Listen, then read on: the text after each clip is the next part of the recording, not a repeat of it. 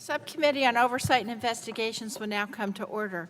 Today, the Subcommittee on Oversight and Investigations is holding a hearing entitled Oversight of Federal Efforts to Combat the Spread of Illicit Fentanyl.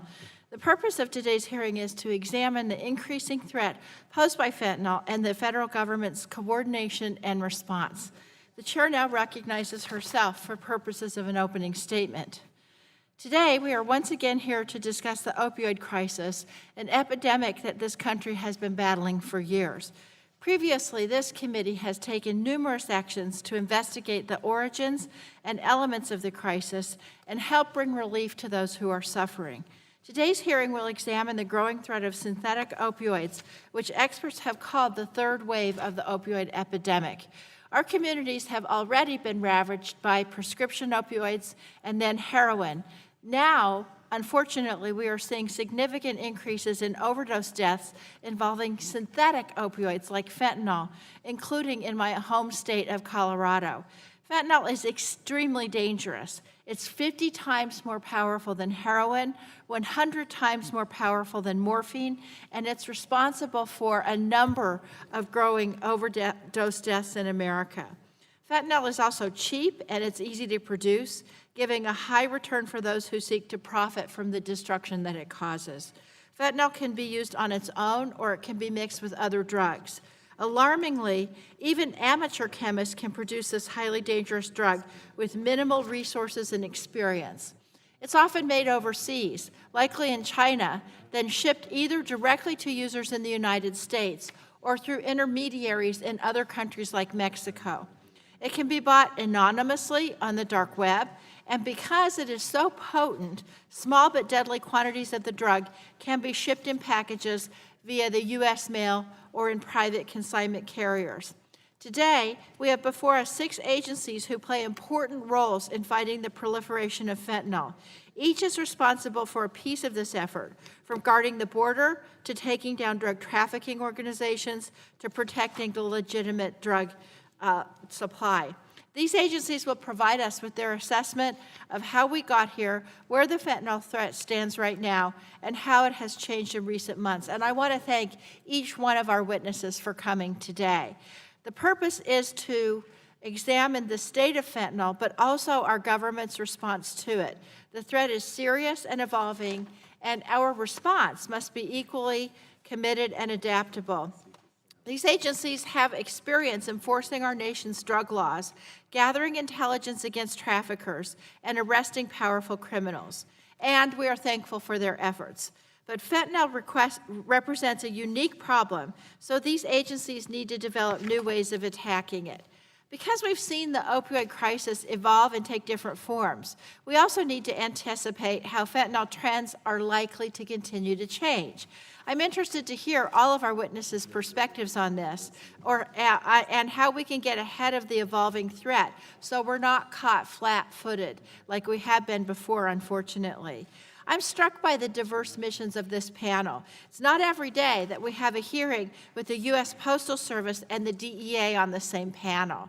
Every one of these witnesses represents just a piece of the puzzle, which means that we cannot succeed unless everybody comes together. The crisis is going to require a massive coordinated effort to overcome. We frankly need a national strategy on fentanyl response. And I don't mean just a white paper document or a task force report. I mean we need a coherent, practical plan for how we're going to beat this problem. For example, the Office of National Drug Control Policy is supposed to formulate a strategy, bring all of the agencies together, and see to it that the strategy is implemented effectively. Are you coordinating the efforts of these agencies, and if so, how? Your mission is now more important than ever, so we will be looking to you for leadership and vision. DEA, you are on the front lines and often develop important leads for targeting drugs. Is that information being regularly shared with CBP so that it can adequately target fentanyl shipments when they come into the U.S.? FDA, suddenly you're in the middle of this fight because fentanyl's increasingly being mixed with other drugs, including counterfeit prescription drugs. How are you coordinating with law enforcement to protect the drug supply? These are just a few of the questions we will explore today. If we're going to solve this problem, we need better cooperation across agencies, and we need to think differently than we have on past drug epidemics. Finally, this hearing is just one piece of oversight. This subcommittee will stay on this issue and ensure progress is being made. So, as so frequently happens, unfortunately, we're not back next year talking about the same problems. Again, I want to thank the witnesses for their service on this critical issue and for coming here today all in one panel. And now the chair will recognize the ranking member of the subcommittee, Mr. Guthrie, for 5 minutes for an opening statement. Thank you, Chair DeGette, for holding this important hearing. The Energy and Commerce Committee has been steadfast in its efforts to help combat the opioid crisis with both investigations and legislation. Where there was the committee's investigations into opioid distributors, patient brokering, or major opioid manufacturers, we've continued to ask questions and demand answers for the American people. When it comes to legislation, this committee led the way on passage of the 21st Century Cures Act, the Comprehensive Addiction and Recovery Act, and the Support Act for Patients and Communities. I was proud to work with these three landmark bills, which are advancing treatment and recovery initiatives, improving prevention, protecting communities, and bolstering our efforts to fight deadly illicit synthetic drugs like fentanyl. Fentanyl is a synthetic opioid that is 80 to 100 times stronger than morphine and 50 times more potent than heroin. For many years, pharmaceutical fentanyl has been utilized as a powerful pain medicine to treat severe pain, such as advanced cancer pain, commonly used in the form of a patch on the skin or a lollipop. But pharmaceutical fentanyl is not why we're here today. We're here today because of concerns over illicit or illegally manufactured fentanyl. The fentanyl crisis is particularly dangerous because of its high potency and the small amount required to potentially cause an overdose. It has become a powerful additive to drugs such as heroin, cocaine, or counterfeit pills, with or without the user's knowledge.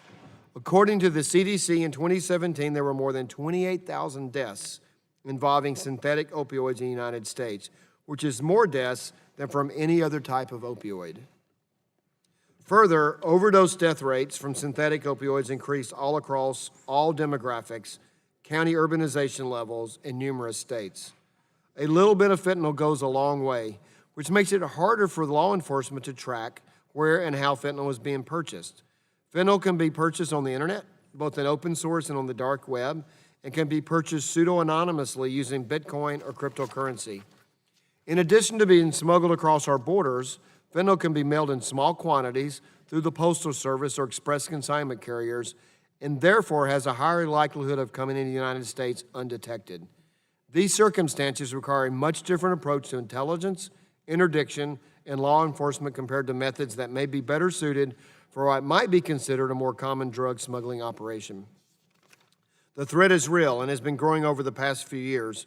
According to Customs and Border Protection data, in fiscal year 2015, 70 pounds of fentanyl were seized in the United States. In comparison, for fiscal year 2018, more than 2,000 pounds of fentanyl was seized. Further, for fiscal year 2019 to date, there have been 17,003 pounds of fentanyl seized, which is enough fentanyl for more than 600 million lethal doses of fentanyl. And we still have 4 more months of data to account for before we know the total for this year. I want to acknowledge some of the efforts and accomplishments of this administration, including but not limited to HHS establishing an interdepartmental substance use disorder coordinating committee, China pledging to add fentanyl to its list of controlled substances, increasing shipment tracking responsibilities and coordination among multiple entities, and disruption efforts, which has taken down an entire online black market. While we are already seeing new tools and resources provided and utilized as a result of this committee and the administration's work, the threat still exists and our work is not done. I want to thank all the witnesses for being here today. I look forward to hearing from all of you about successes we have had in combating our nation's fentanyl threat, but also how the threat has changed, what challenges remain, and what more we in Congress can do to be partners in this fight. I'll yield back. Chair now recognizes the chairman of the full committee, Mr. Pallone, for 5 minutes for purposes of an opening statement. Thank you, Madam Chair. This committee has held many hearings on the opioid crisis over the last several years, and with each hearing, it seems the challenge to combat the crisis grows even more daunting. While opioid prescribing rates appear to have gone down, overdose deaths continue to climb. Communities all around the country are still suffering from this epidemic, now largely at the hands of heroin and increasingly fentanyl. Fentanyl is a deadly synthetic drug that is 50 times more powerful than heroin. Because it's relatively easy to make and so potent, it is tragically leading to large increases in overdose deaths. We've all heard the terrible numbers that tell this story. In 2017, there were over 47,000 opioid overdose deaths. 28,000 of those deaths involved synthetic opioids such as fentanyl. And my home state of New Jersey, for example, has seen a 10-fold increase in deaths involving fentanyl in the last several years. And fentanyl represents the third wave, as the chairwoman said, in the opioid crisis. After the country was inundated with prescription opioids, prescribing rates went down, but many of those who were already addicted then turned to heroin, and now the trend is shifting towards synthetic opioids like fentanyl, which pose a unique threat. These drugs are manufactured overseas in countries like China, oftentimes in clandestine labs. These drugs are then shipped into the U.S., often in small quantities that are difficult to detect. And to make matters worse, we're now seeing fentanyl increasingly mixed into other drugs like cocaine, methamphetamine, and even counterfeit prescription drugs like oxycodone. This means that many unsuspecting people are dying at the hands of fentanyl when they didn't even realize they were taking it. And this drug represents an unprecedented threat to the U.S., and we have to do everything we can to stop its flow into our communities. Today, we're hearing from the key law enforcement and regulatory agencies on the front lines of this battle. Each agency plays a critical part and has decades of experience in this fight. The problem, however, is that fentanyl is unlike any drug crisis we've faced before. All of these factors point to one conclusion: we have to think differently about how to counter the spread of fentanyl. The old approaches simply will not suffice. Finally, we have repeatedly heard from experts that we cannot arrest our way out of the opioid crisis, and fentanyl is no different. Evidence-based treatment is the best hope for those suffering from addiction, and we must support programs that provide that help. So today's hearing focuses on how to stop the flow of fentanyl, but this is by no means the end of the conversation. I'm committed to providing Americans suffering from opioid use disorder access to the quality treatment they need, and this committee will continue to shine a spotlight on this crisis to help identify solutions, including in the treatment and public health arenas. I have about 2 minutes left, and I'd like to yield that now to the gentlewoman from New Hampshire, Ms. Custer. Thank you, Chairman Pallone. We have seen the opioid crisis evolve and take many different forms, as you described, but no community in this country has been spared. New England and New Hampshire in particular have been devastated by this crisis. In my home state, while we have seen the rate of prescription opioid and heroin overdose deaths decline, the rate of fentanyl-involved overdoses has not subsided. With the help of a coordinated approach at the local level, the hub-and-spoke model ensures that every Granite Stater has nearby access to treatment and recovery services. But this does not solve the supply problem.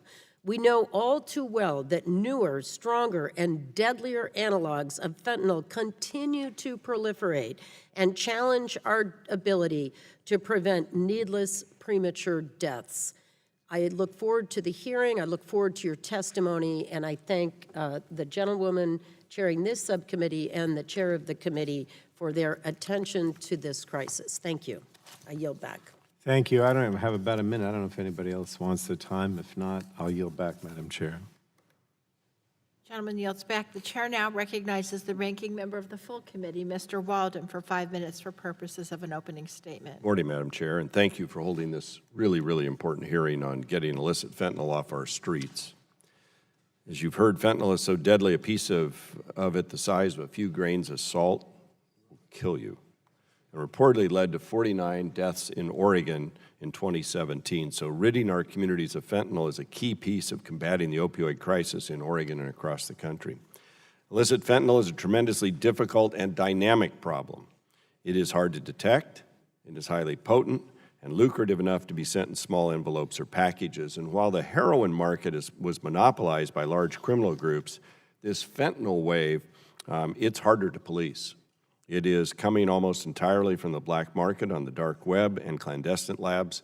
in China and Mexico, with many mid-level and small operators, in addition to drug smuggling operations like the cartels. This subcommittee last held an oversight hearing on illicit fentanyl back in March of 2017. The need for fentanyl-focused action was clear then. 2 years later, there are numerous significant accomplishments. Last year, the committee worked in a bipartisan way to enact the Support Act to bolster the fight against opioids such as fentanyl. This law has helped provide advanced electronic data of international mail shipments to help target and intercept illicit fentanyl. This act also provided the FDA with a new tool for deterring imports of illicit fentanyl. As you'll recall, Dr. Burgess went up to a mail distribution facility in New Jersey and learned a lot and brought that back to us. The Trump administration has spurred improved actions in the fentanyl fight. Our nation is getting at least some improved level of cooperation from the Chinese government on class-based scheduling, which helps remove an incentive for traffickers to introduce new substances in the fentanyl family for the purpose of evading controls. President Trump deserves credit for moving this bold proposal based on the longstanding work of the White House Office on National Drug Control Policy, the DEA, and the State Department. President Xi of China deserves some credit for agreeing to a commitment to crack down on fentanyl as a class. We'd like to see more there. While it's too soon to assess the impact, early indications are at least encouraging. And since February of 2018, DEA has imposed emergency scheduling of fentanyl-related substances, but we need to work with DEA and other federal agencies to find the best approach to make this scheduling permanent. The Stop Importation and Trafficking of Synthetic Analogs, or SITSA Act, which would have given law enforcement additional tools they need to get illicit drugs, such as fentanyl, off our streets without compromising important public health and research protections. That was included in our House-passed version of the Support Act, but sadly was not included in the final package that became law. Mr. Katko of New York, he sponsored this legislation. It would be a good place to start again, and we should make it law. In July of 2017, the Department of Justice announced the seizure of AlphaBay. That's the largest criminal marketplace on the dark web and a major source of fentanyl linked to overdose deaths. The AlphaBay takedown was an international operation led by the U.S. Both DEA and CBP recently made the largest seizures of fentanyl in U.S. history, and we thank you for that. Federal agents working with local police seized 50 kilos of fentanyl precursor in 2017. For the first time, the Justice Department announced indictments of Chinese nationals for conspiracies to distribute large quantities of fentanyl and fentanyl analogs. In May of 19, a darknet drug dealer was indicted for selling fentanyl online thanks to Homeland Security's investigations of year-long nationwide undercover action. And under agreement with the U.S. Postal Service, China Post is providing advanced electronic data on parcels mailed to the U.S. FDA and CBP signed an agreement in April 2019 to maximize inspection and detection capabilities to products such as fentanyl from entering the United States. So we salute these important federal workers and agencies for their work. But we know big challenges remain. More work's needed to get better cooperation from Mexico's law enforcement authorities. We need to remain vigilant with China on its fentanyl commitment. Much more needs to be done to collect better data on fentanyl trafficking and to improve data sharing. And we want to hear more on a strategy to disrupt fentanyl trafficking. We'll be asking questions how we can strengthen our efforts and what this committee can provide. The Support Act was a great start, but it's not enough. And Madam Chair, I'd remind you, we posted our final Oversight Investigations report on the committee's website and sent everybody a letter at the beginning of the year. There were some important recommendations there I hope we can eventually get to. Before I conclude, I want to take a moment to recognize Michael Gray. He is father of Amanda Beatrice Rose Gray. Amanda died of an overdose of pure fentanyl in January of 2018, pure fentanyl. Michael has been a tireless advocate fighting against the opioid epidemic and fentanyl. His efforts informed our work in the last Congress. He was incredibly helpful in that. And let us remember, as the face of this crisis, his daughter. And we thank you for being here, and we thank you for your work. Madam Chair, in conclusion, the Actis Foundation, we have a letter we'd like to enter into the record that we previewed with you. Without objection, and I would add my thanks to you, Thank Mr. you. Ray, for all of your tireless work. Thank you, Madam Chair. Gentleman yields back, and I now ask unanimous consent that the members' written opening statements be made part of the record. Without objection, so ordered. I would now like to introduce our panel of witnesses for today's hearing. Mr. Kemp Chester, the Assistant Director of the National Opioids and Synthetics Coordination Group, the White House Office of National Drug Control Policy. Welcome. Mr. Matthew Donahue, Regional Director, North and Central Americas, Operation Division, Drug Enforcement Administration at the U.S. Department of Justice. Mr. Thomas Overacre, Executive Director, Office of Field Operations, Custom and Border Protection at the U.S. Department of Homeland Security. Mr. Gary Barksdale, Chief Postal Inspector at the U.S. Postal Service. Mr. David A. Prince, Deputy Assistant Director, Transnational Organized Crime, Homeland Security Investigations, Immigration and Customs Enforcement at the U.S. Department of Homeland Security, and Carol Cave, Director of the Office of Enforcement and Import Operations, Office of Regulatory Affairs, Food and Drug Administration at the U.S. Department of Health and Human Services. Thank you all for appearing in front of the subcommittee today. You are aware the committee is holding an investigative hearing, and when doing so, has had the practice of taking testimony under oath. Do any of you have any objections to testifying under oath? Let the record reflect that the witnesses have responded no. The chair then advises you, under the rules of the House and the rules of the committee, you're entitled to be accompanied by counsel. Do any of you desire to be accompanied by counsel today? Let the record reflect the witnesses have responded no. If you would, please rise and raise your right hand so you may be sworn in.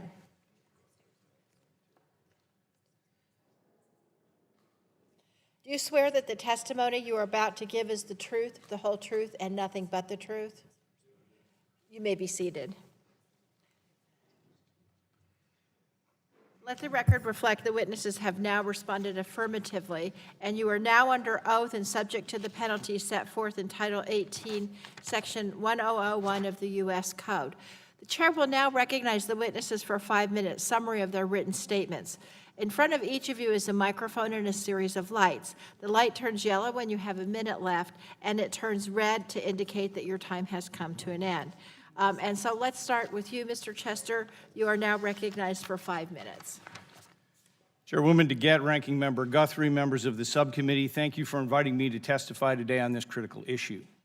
The Office of National Drug Control Policy, under the leadership of Director Jim Carroll, leads the development of the administration's national drug control strategy and oversees its implementation.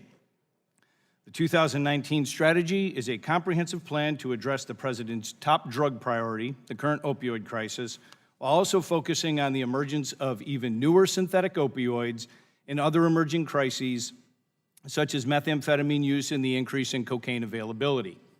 As part of the Executive Office of the President, ONDCP is uniquely positioned and has played an integral role in coordinating a comprehensive approach to drug policy development and implementation. It has facilitated successful interagency collaboration, coordination, and problem resolution on myriad drug policy issues.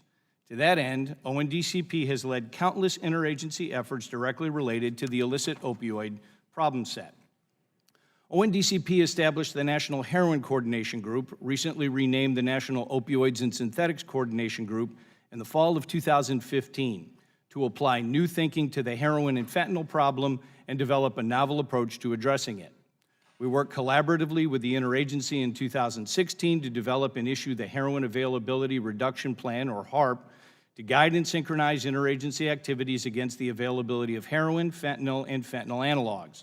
To this day, the HARP is the one document that brings together, contextualizes, and synchronizes the federal government activities at the federal, state, local, and tribal levels, as well as in the international domain.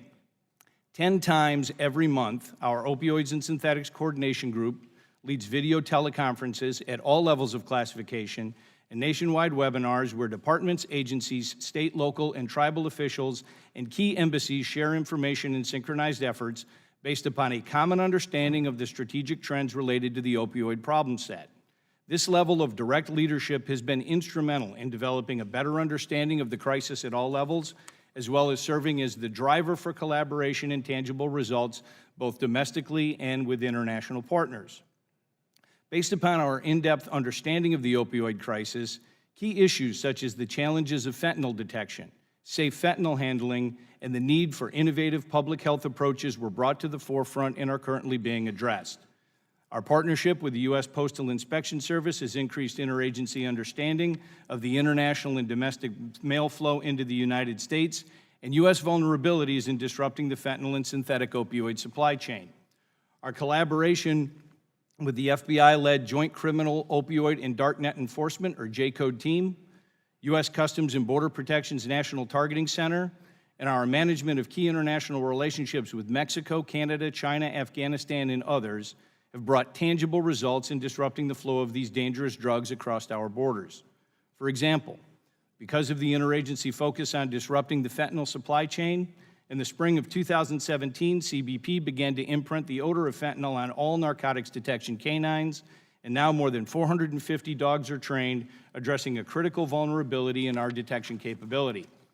As the fentanyl threat grew in 2016 and 2017, the lack of good scientific information concerning the threat of fentanyl exposure had a chilling effect on U.S. law enforcement and our first responders. ONDCP initiated an interagency working group to develop and publish the fentanyl safe handling recommendations, and shortly thereafter, CBP released a companion roll call video in use today. ONDCP is leading an interagency process with the Departments of Justice and Health and Human Services to schedule fentanyl analogs before the temporary action expires, while providing a framework to address the dynamic illicit drug market in a more comprehensive manner and making all of these substances available to the research community.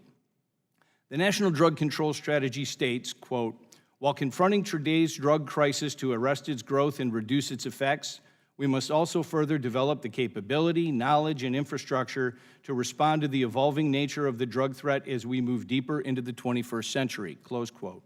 The men and women of ONDCP are doing just that. I would like to thank this committee and your House colleagues for your foresight and leadership in addressing this critical national security, law enforcement, and public health challenge. Thank you for the opportunity to testify today, and I look forward to your questions. Thank you, Mr. Chester. Mr. Donahue, you're now recognized for 5 minutes. Good morning, Chairman Dingell, Ranking Member Guthrie, and members of the subcommittee. It's my honor to appear before you today to discuss the critically important issue of illicit fentanyl and fentanyl-like substances that have had a tremendous impact on the health and safety of our communities. Illicit fentanyl and other fentanyl-like substances are especially dangerous drugs that are often far more potent and deadly than other drugs like heroin and cocaine. I've had the privilege of being a DEA special agent for almost 30 years, having worked in South America, the Caribbean, and now North and Central American region. When I reflect on my time with DEA, the challenge we face with the ongoing opioid crisis, along with the sophistication, capacity, and global reach of Mexican poly drug cartels, is what worries me and deeply concerns me the most. As the regional director of North and Central America region, I see firsthand every day the extreme lawlessness and other atrocities committed by the Mexican cartels to maintain their dominant market share to provide illegal substances to individuals in the United States.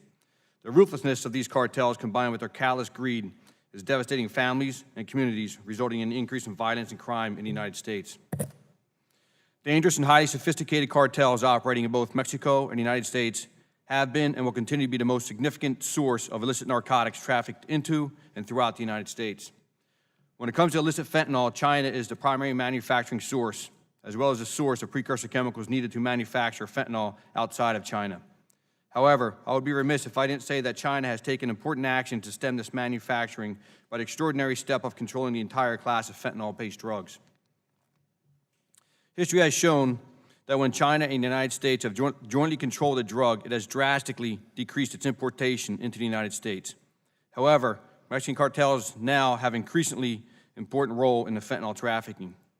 We have witnessed a transition from importation of precursor chemicals for the production of fentanyl to the manufacturing of precursor chemicals and fentanyl within Mexico itself. This is a very alarming development. Fentanyl comes into the United States in 3 ways. It is shipped directly to the United States through the U.S. mail services. It is trafficked in through our northern border, and most importantly, it is trafficked over our southern border via Mexican cartels by various means and methods. In many cases, fentanyl comes in a form of counterfeit prescription pills. Oftentimes, people believe they may be ordering hydrocodone or oxycodone on the internet, but they're receiving a fentanyl or a fentanyl analog, which could lead to deadly consequences. As a leader of DEA in Mexico, I can say confidently that we have not been a spectator in this battle. DEA has the largest footprint of the United States government in Mexico. We are addressing this threat by focusing on efforts on identifying the supply chain and disrupting it. We are working bilaterally and judicially targeting dismantling the cartels. Through our more than 300 domestic and international field offices, our Special Operations Division, which works with our interagency and international partners, we are conducting large-scale investigations and prosecuting those who seek to profit and are responsible for the production, transportation, distribution, and sale of these deadly substances. Perhaps one of the most notable examples of these efforts is the 2016 arrest of Sinaloa cartel leader Joaquin Guzman Loera, commonly known as El Chapo, who coincidentally is being sentenced tomorrow in New York City. DEA will continue to investigate the biggest and most egregious organizations that are poisoning our communities. We will continue to focus on targeting drug cartels and significant organizations operating in and outside the United States, whose only motive is to make tremendous profits on unsuspecting and vulnerable populations. But there is more work to be done. On February 6, 2018, the DEA, using its authority under the Controlled Substance Act, temporarily placed all non-scheduled fentanyl-like substances in Schedule I, and it has had a significant impact. Let me reiterate that point. The temporary control of all non-scheduled fentanyl substances has had a significant positive impact in this fight. The class control action has substantially slowed the rate at which new substances are introduced to and encountered on the illicit market. However, this temporary action expires February 2020, which is only 206 days away. Additionally, if lawful access is not addressed, criminals will continue to use our own laws to evade detection and exploit members of our communities as technology advances and law enforcement is prevented from judicial interception and collection. Make no mistake, no matter the challenge, DEA will never stop aggressively pursuing the most dangerous and prolific criminals trafficking in illicit drugs in our communities. Thank you for the opportunity to testify before your subcommittee on this important issue, and I look forward to your questions. Thank you so much, Mr. Donahue. Mr. Overacre, you're now recognized for 5 minutes. Chairwoman DeGette, Ranking Member Guthrie, members of the subcommittee, thank you for the opportunity to testify before you today. I am proud to represent the men and women of U.S. Customs and Border Protection, our nation's unified border agency with a vital counter-narcotics mission. On a typical day, CBP seizes more than 5,800 pounds of narcotics that would otherwise make their way into American communities. While today's hearing focuses on the opioid crisis and its devastating effects, CBP is committed to stopping all illicit drugs from crossing our borders. For example, last month with our partners at Homeland Security Investigations and the United States Coast Guard, CBP seized more than 19 tons of cocaine on a container ship in Philadelphia. The cocaine had an estimated street value in excess of $1.3 billion and was the largest cocaine seizure in the combined 230-year history of the U.S. Customs Service and CBP. Compared to cocaine or methamphetamines, CBP seizures of fentanyl are relatively low. However, these seizures have increased dramatically in recent years, and that is cause for concern. In fiscal year 2013, CBP seized approximately 2 pounds of fentanyl. Last year, we seized over 2,100 pounds. Through June of this year, we have already seized as much as we did last year. Most of the fentanyl coming into our country does so at ports of entry along the southwest border. It's brought in by privately owned vehicles, commercial vehicles, even pedestrians. Less frequent is fentanyl entering through international mail packages and express consignment environments. In those cases, most of the shipments originate from China. However, the fentanyl in the international mail and express environments is far more potent and pure than the fentanyl crossing the southwest border. Stopping fentanyl and other narcotics takes a collaborative effort. Through CBP's National Targeting Center, we work with our partners to identify and disrupt fentanyl smuggling at ports of entry, international mail facilities, and express consignment courier facilities.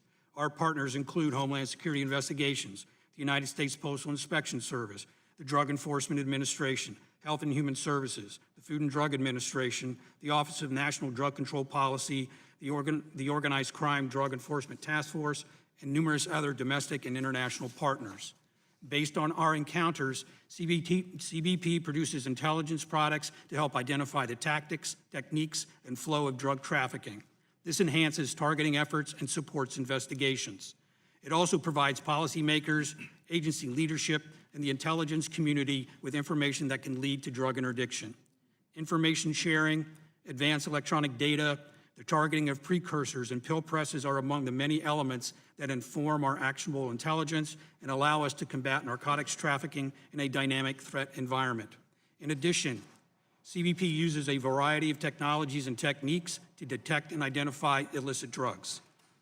With the support of Congress, we are making significant investments and improvements in these capabilities, including additional narcotics detection canine teams, enhanced field testing, and new non-intrusive inspection, or NII, equipment.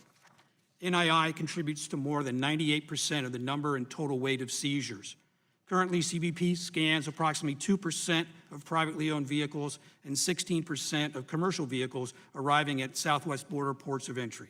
To enhance our capabilities, CBP has developed a new model port concept that prioritizes the use of drive-through scanning equipment to streamline the inspection process and increase scanning rates, thereby increasing the probability of interdiction. To protect CBP personnel who may be exposed to dangerous substances during the course of their duties, we have deployed more than 1,100 two-dose boxes of counter-narcotic naloxone to train personnel in the field. CBP was the first federal law enforcement agency to implement such a program, and we have already administered 9 life-saving doses to members of the public. Together, CBP and its partners are focused on enhancing collaboration and information sharing to reduce the amounts of illicit opioids that cross our land, air, and sea borders. Thank you for allowing me the opportunity to tell our story. I look forward to your questions. Thank you so much. Mr. Barksdale, you're now recognized for 5 minutes. Good morning, Chair DeGette, Ranking Member Guthrie, and members of the subcommittee. I appreciate this opportunity to be here today to discuss efforts to combat opioids, including fentanyl. My name is Gary Barksdale, and I'm the Chief Postal Inspector for the United States Postal Inspection Service, the law enforcement. Mr. Barksdale, can you move the microphone just a little closer? Thank you. Winning the battle against illicit drugs in the mail stream is one of our top priorities. Postal inspectors work not only to remove drugs from the mail, but to investigate and arrest individuals and disrupt drug trafficking networks across the U.S. Internationally, the inspection service is working aggressively to stem the flow of illegal drugs entering the country. Due to the opioid crisis, nearly 2 years ago, we created an internal team of cross-functional subject matter experts specifically focused on narcotics trafficking through the mail. The Contraband Interdiction and Investigations Team, or CI2, uses enhanced investigative methods, deploys resources as needed, and strengthens strategic partnerships to achieve significant improvements in our ability to seize fentanyl and synthetic opioids from the mail. The inspection service works closely with other law enforcement agencies to share intelligence, coordinate cases, and conduct joint enforcement operations to maximize our resources and impact. Relationships with partners such as DEA, HSI, CBP, and FDA allow us to better advance our mission to enforce the laws that defend the nation's mail. Inspection Service personnel are assigned full-time at ONDCP, the DEA Special Operations Division, the National Infusion Center, and CBP's National Targeting Center. Internationally, a postal inspector is now detailed at Europol in The Hague. We also work with state and local law enforcement to share intelligence and conduct joint operations, including several inspection service sponsored task forces. These relationships facilitate communication and data sharing that enable the identification of drug trafficking organizations, which would not be possible without interagency cooperation. The Inspection Service launched a cyber and analytics unit to enhance investigative techniques to better utilize data to target parcels. Due to many illicit dark web vendors relying on physical delivery networks for their products, the Inspection Service is involved with investigations into vendors and the takedown of their illicit marketplaces. The Inspection Service has also joined DHS, CBP, and ONDCP as a sponsor for the Opioid Detection Challenge, which is a global prize competition for rapid, non-intrusive detection tools that will help find illicit opioids in international mail. Postal inspectors interdict and seize thousands of illegal drug shipments in the mail. From fiscal year 2016 through 2018, we achieved a 1,000% increase in international synthetic opioid seizures and a 750% increase in domestic synthetic opioid seizures. Thus far in fiscal year 2019, we have seized 185 synthetic opioid parcels, 153 of which were in the domestic mail stream. Our current stats represent a decrease in international seizures, while our domestic seizures are trending up. This shift may suggest synthetic opioids are increasingly entering the country through means other than international mail.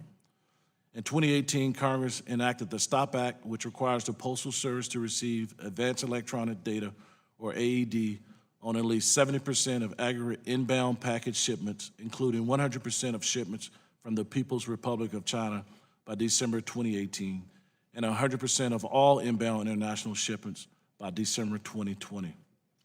The volume of inbound packages with AED has improved from 26% in October of 2017 to approximately 60% in May of 2019, while the volume of packages with AED from China has increased from 32% to approximately 85% in May of 2019.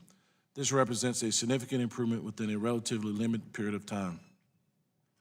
The Postal Service continues to collaborate with foreign postal operators and organizations that support international postal operations to work towards obtaining AED on 100% of inbound packages and shipments. We have significantly improved coordination with CBP and developed processes to ensure we take action on requests to hold packages for inspection. The Postal Service currently has a 93% success rate in the capture of CBP hold requests, and it will continue to focus on deploying technology to improve interception capability and reach 100%. The Postal Service takes seriously its mission to protect the security and sanctity of the mail and is committed to taking all necessary actions to combat illicit drugs in the mail.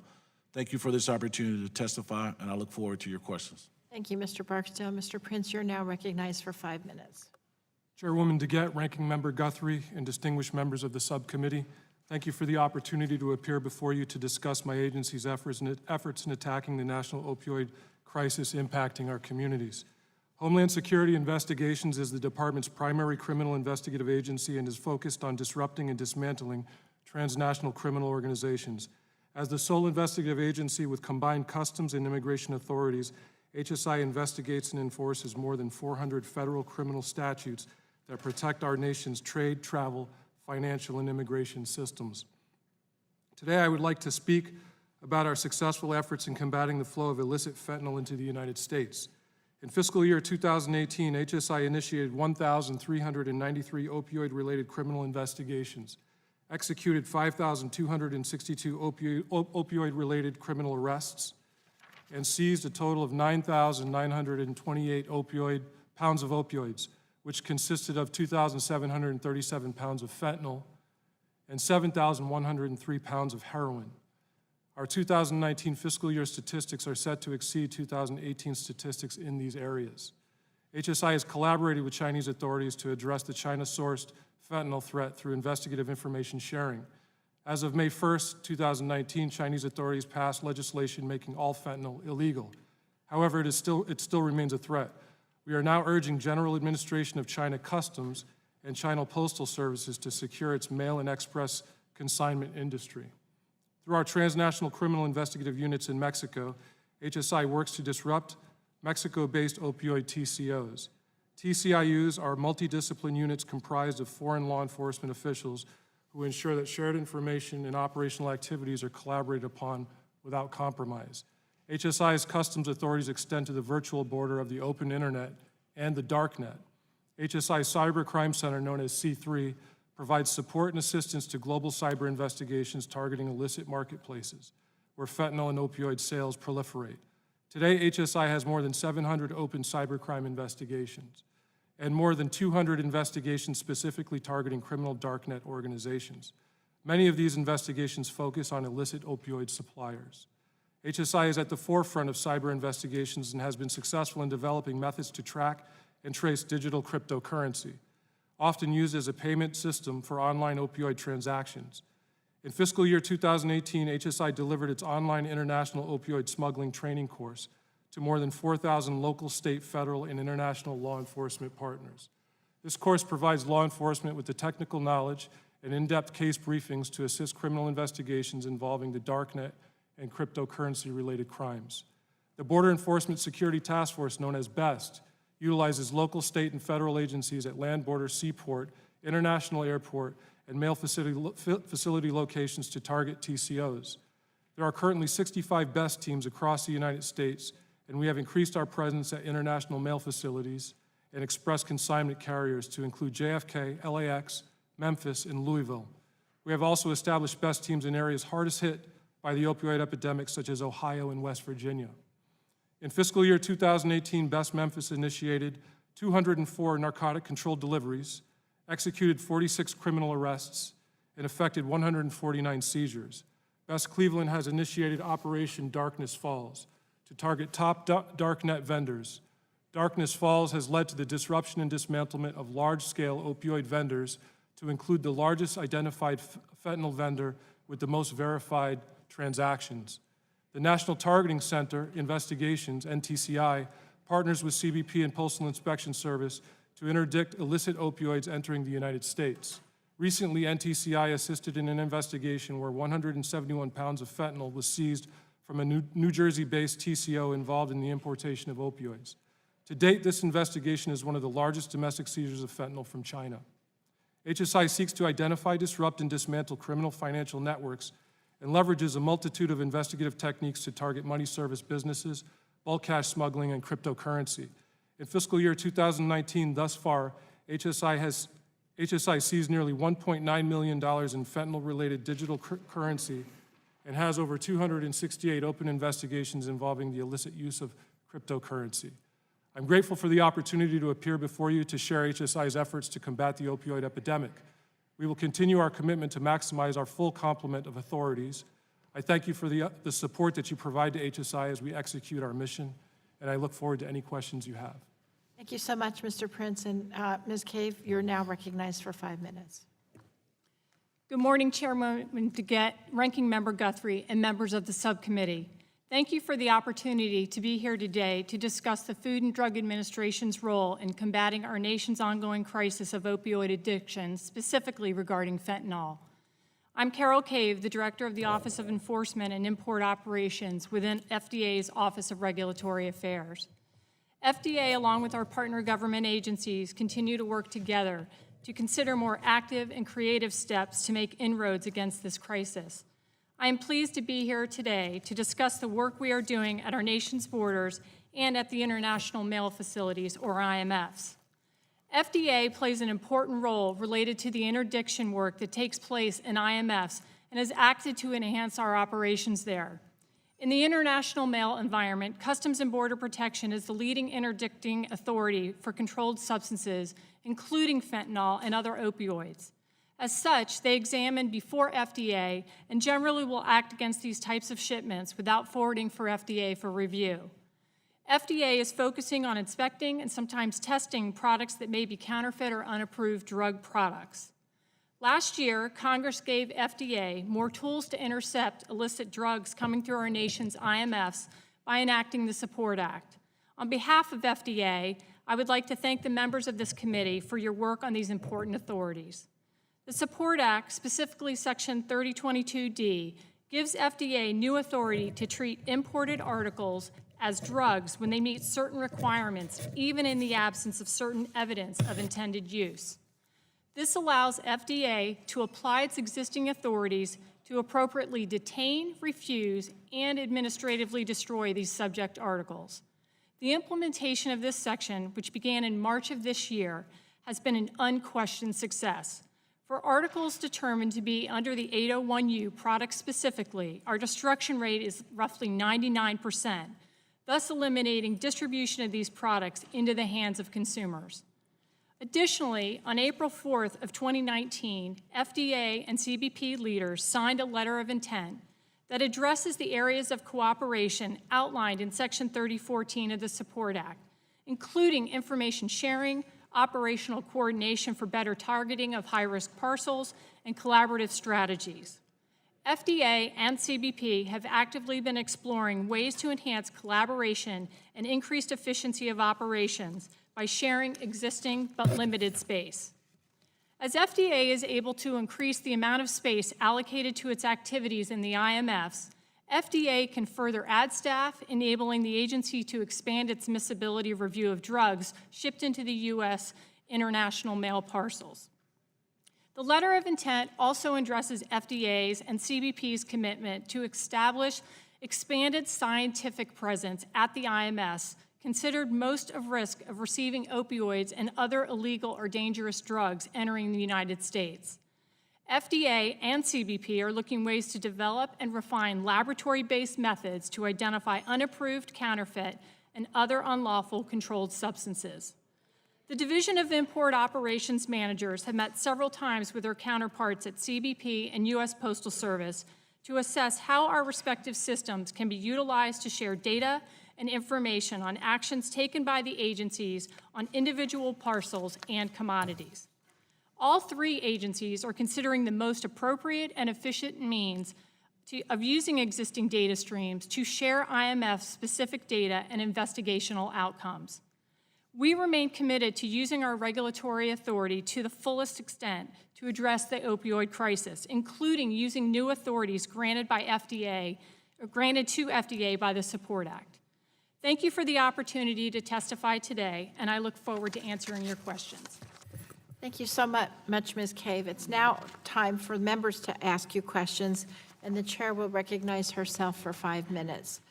Mr. Donahue, combating fentanyl is challenging because, as we all know, it's cheap and easy to make, it has huge profits, it's hard to detect in shipments, and it's deadly even in small amounts.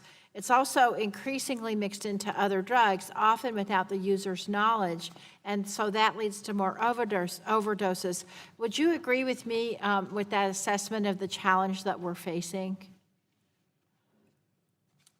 Yes, Congresswoman, I appreciate the question, and it's not an easy one because it's with all the drugs and the fentanyl and the different types of drugs coming in from other countries, where we're required to have their cooperation when we actually investigate these cartels, specifically here with the fentanyl coming in, where we're concerned with China, sometimes India, sometimes Holland, where the drugs are coming in directly to the United States and or to Mexico to produce it and send it up. But it's because of all the things I said, it's harder to make those identifications, and so working with the other countries is even more important. Wouldn't that be fair?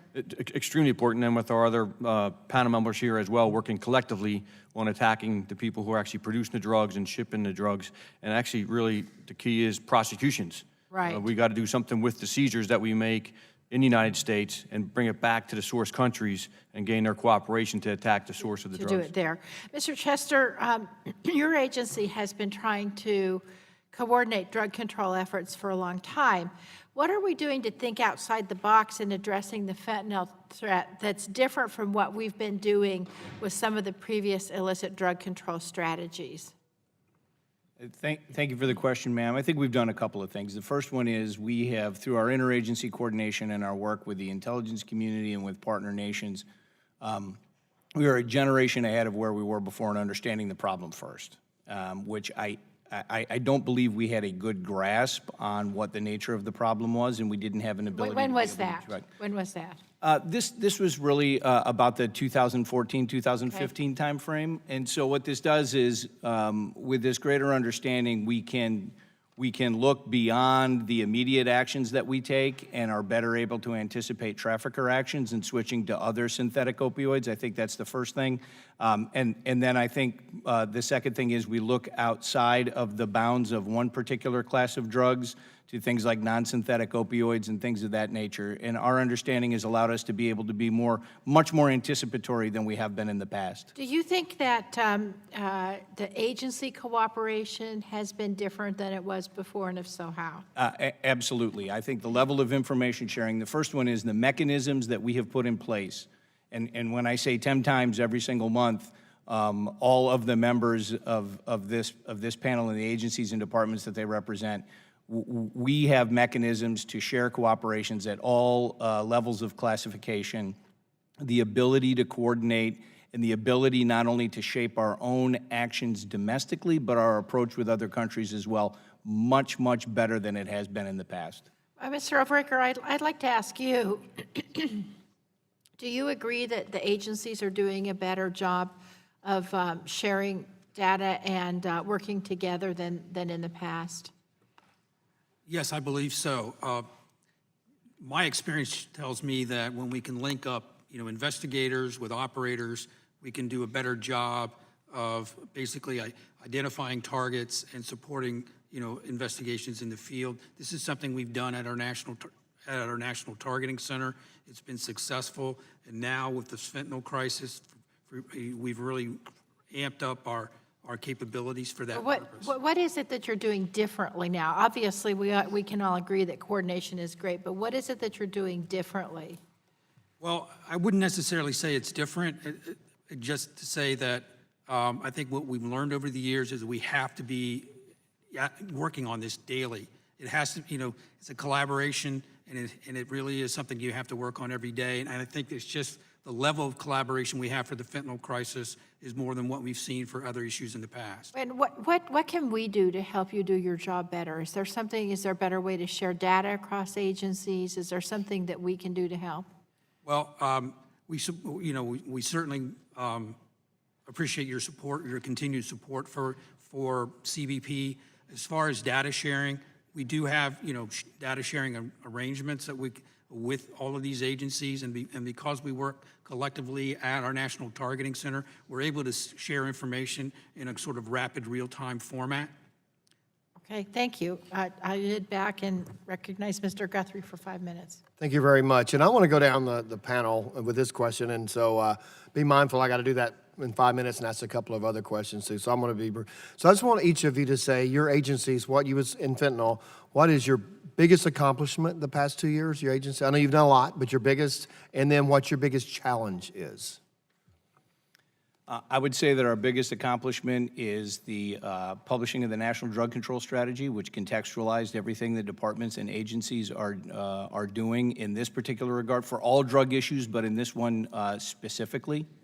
I would say that our biggest challenge is the rapidity with which new substances appear in the United States, either across our borders or are detected in postmortem toxicology testing. That is something that requires an enormous amount of effort. Thank you. Mr. Donahue? I would say one of our biggest accomplishments is actually scheduling, emergency scheduling all analogs of the fentanyl, which has really greatly helped DEAs in our investigations. One of our biggest challenges is actually obtaining the evidence required to enter the grand jury in the United States to target these cartels that are producing and trafficking fentanyl in the court of law in the United States. We recently established our Sense of Investigative Unit specifically for that reason, to work with our counterparts to obtain evidence in the foreign countries to utilize back in the grand jury in the United States. But that's a very big accomplishment for us that we're going to use going forward. Thank you. Mr. Overrucker?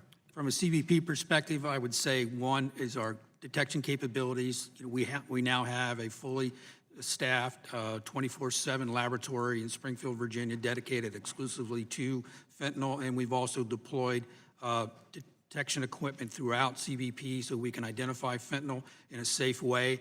I'd also say that our collaboration with the U.S. Postal Inspection Service is another big success story for us as we've increased our level of effort with them.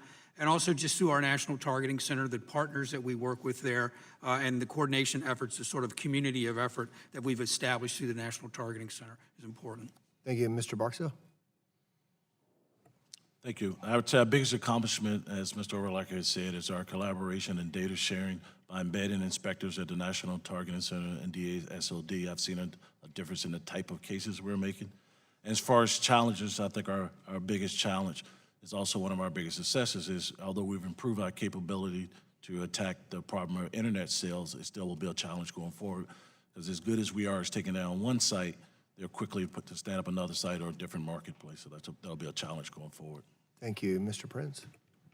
I would say some of our things that we can definitely say we've accomplished is our development of the Innovation Lab, which is something we bring problem sets to help us expand our capability to deal with stuff like opioids and our expansion of the BEST initiative as well, particularly our recent expansions, which we think are going to bear fruit.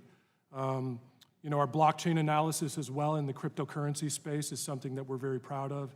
We continue to make inroads in that, and it helps us develop much more robust target packages on our complex conspiracy investigations.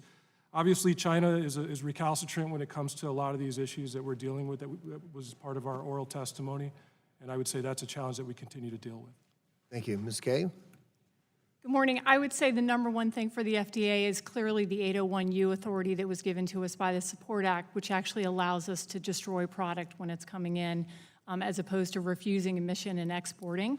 So thank you very much for that. In terms of challenge, I would say it's just in the international mail facilities in terms of the volume and the sheer volume that we're dealing with, and the advanced, lack of advanced data that comes in, for example, on addressing those issues. A colleague of mine, a couple of them have seen different targeting centers, thing you're talking about, and just amazed at the effort that you guys are doing and working. And the second of all, and just also amazed at the volume you're dealing with, so what you just mentioned. So we're mindful of that. I hope to see one of those as well. Mr. Donnie, I have just less than a minute left, but the Wilson Center Mexico Institute reported that fentanyl is entering Mexico via the ports of Manzanilla and Lázaro Cardenas. We say Cardenas with our colleague here, but Cardenas. Do you agree that with that finding, and if so, what level of cooperation is DA getting from Mexico law enforcement authorities at these ports in detecting and seizing fentanyl? And one other, I'll go ahead and ask the second question, and may answer them together. In an interview with the Wilson Center Mexico Institute, Mexico Federal Forces said that they did not believe that fentanyl was a significant part of a Mexican drug trafficker's criminal portfolios. In your opinion, what do you comment on that? So, Well, there are both two big ports where we see enormous amount of precursor chemicals coming in, not just for fentanyl, but for methamphetamine and for production of heroin as well. We are seeing chemicals coming into the airports as well from China in various forms. We were working with OFAC as well to take those addresses that we're getting in China, working with our offices in China to follow up to see what laboratories are coming from. So you see large numbers coming in through the ports, but we also see them coming in through the airports and other smaller ports as well in Mexico. And our assessment and active investigations and intelligence, they are synthesizing fentanyl inside of Mexico, and we've seen pill mills with industrial size pill presses making fentanyl pills inside of Mexico, specifically on the border, and we've had seizures in the airports of pills. I didn't leave you much time to answer. My time's expired, so I appreciate your answer. Thank you so much. Chair now recognizes Ms. Schakowsky for 5 minutes. I thank the chair and ranking member, and I thank you all for coming today to testify. I'm really glad that you're all gathered together to discuss this critical issue, and I believe it will require a broad government approach to tackle the spread of illicit fentanyl across the public health, law enforcement, and international relations sector. In particular, I'm glad that in recent years, both the legislative and executive branches appear to have realized the devastating failure of the previous war on drugs and have turned to a system of helping rather than locking up drug users, which has led to mass incarceration of hundreds of thousands of Americans, mostly brown and black. Recently, Secretary of Health and Human Services Alex Azar indicated that he would be fully in support, for example, of needle exchange programs as part of his agency's plan to combat the HIV epidemic. But needle exchanges are also critical responses to the opioid epidemic. In Illinois, Lindsay Hartman of Kane County runs a van every Saturday that provides clean needles, clean straws, naloxone, and everything else a drug user needs to stay alive. And thankfully, the Illinois State Legislature passed a bill last month to ensure public health vans like Lindsay's can continue to run without fear of legal repercussions. One important item that's on that van is our test strips that can detect the presence of fentanyl in drugs. A recent study from RTI International found that, quote, people who use illicitly made street opioids and test them for fentanyl by using fentanyl's test strips are 5 times more likely to engage in safer drug use behavior than when the test comes back positive. So you can, end quote. So you can imagine, I was disappointed to learn that Assistant Secretary of Mental Health and Substance Use, Dr. Eleanor McCants, has publicly come out against the use of these test strips. And she wrote, quote, is it our goal simply to stop people from dying so they can continue a life of safe, in quotes, heroin use, or should our goal be different, end quote. So Mr. Chester and Ms. Cave, and then anybody else who would like to respond, do you believe that fentanyl testing strips and other similar innovative measures are essential to preventing death, and shouldn't that be an objective in light of the current fentanyl epidemic? Thank you, Congresswoman. I can't speak on behalf of anyone else. I can just. No, I'm asking you. Yeah, understand. The approach is we laid out in the drug control strategy is 3 pillars, and 2 of those 3 pillars are public health. One of them is to prevent drug use before it starts, and then the second one is to provide treatment leading to long-term recovery. Those are our main efforts, and any public health interventions, and when I mentioned in my testimony innovative public health interventions, there are a wide range of things that we discuss and that we consider. We look for their efficacy in the public health space, all designed to save lives and to get people on their path to recovery. That is our principal concern, and that is the bulk of our efforts in the public health space, specifically when it comes to opioids. So saving lives is a goal. Absolutely, that is the single, and as it states in the strategy, the single criterion of success is to save American lives and stop Americans from losing their lives to these deadly drugs. Yes, ma'am. Thank you. Ms. Cave? So to echo that, I would say I'm not a scientist or a physician either, and so I would take this back to our department and have them answer as an HHS response in terms of what their opinion would be on this issue. Okay, but it doesn't take a scientist, it seems to me, if test strips would actually show that fentanyl is present and prevent people, 5 times more people's lives saved because of it, that's really a values question. Right, I would say safety obviously is number 1. Okay, thank you, I yield back. Thank you. Chair now recognizes Mr. McKinley for 5 minutes. Thank you, Madam Chair. And I want to thank you for holding this hearing. But I got to tell you, I'm really disappointed that it's taken us 7 months to have another hearing on this topic. 7 months. It looks like we're going to get started again because we had a hiatus from the last Congress. Think about it, during the last Congress, we had H.R. 6, we had CARA, 21st Century Cure.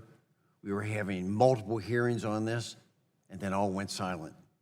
But I thank you for bringing it back up again.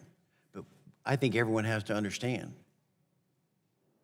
during that hiatus, during that period of time, 7 months, 215 people died yesterday from substance abuse. 215 people died today. 215 people are going to die tomorrow. In my state of West Virginia, the epicenter of this problem, we have 1 person dying every 8 hours from drug problem. I think we need to be faster with this. So let me question though. The theme or the concept that I'm still struggling with is that why, and I've had conversation with NIH, we've had conversations with other folks. Why are Americans turning to drugs to deal with their problems? Why is it that we have such a problem? I've got the report here that has been filed that talks about why America is leading the globe in the use of drugs. As an example, in France, about 350 people died 2 years ago from drug overdose, out of 66 million. That's at half of a person per 100,000. In Ohio, it's 35. Nearly 40 persons per 100,000 is dying from drugs. Why is France not using drugs? What are they doing right in France? Or take England, for example. England's ratio of deaths overdose by drugs is 4 per 100,000. In West Virginia, it's 52. What are we doing about it? What are we actually doing? Some of you, like Mr. Barksdale, it's not your issue with the poster, but I want to understand, why are Americans turning to drugs so rapidly and quickly instead of finding another way to deal with drugs. Because what we're dealing in this hearing right now is the results. We want to chase the drug after it's come here. I want to understand why our kids, adults, others, are turning to drugs in the first place when the rest of the world isn't. They're finding other ways to deal with this problem. So I'd like maybe each of you to tell, why is it that you think America is using drugs at such a greater rate than any place else in the world? Start with you, Mr. Chester. Thank you for the question, Congressman. I'm not prepared to answer why that is. I don't know, just as you don't. I think that there are a lot of variables as to why individuals choose to use drugs. However, I will say that we no longer speak in terms of supply and demand.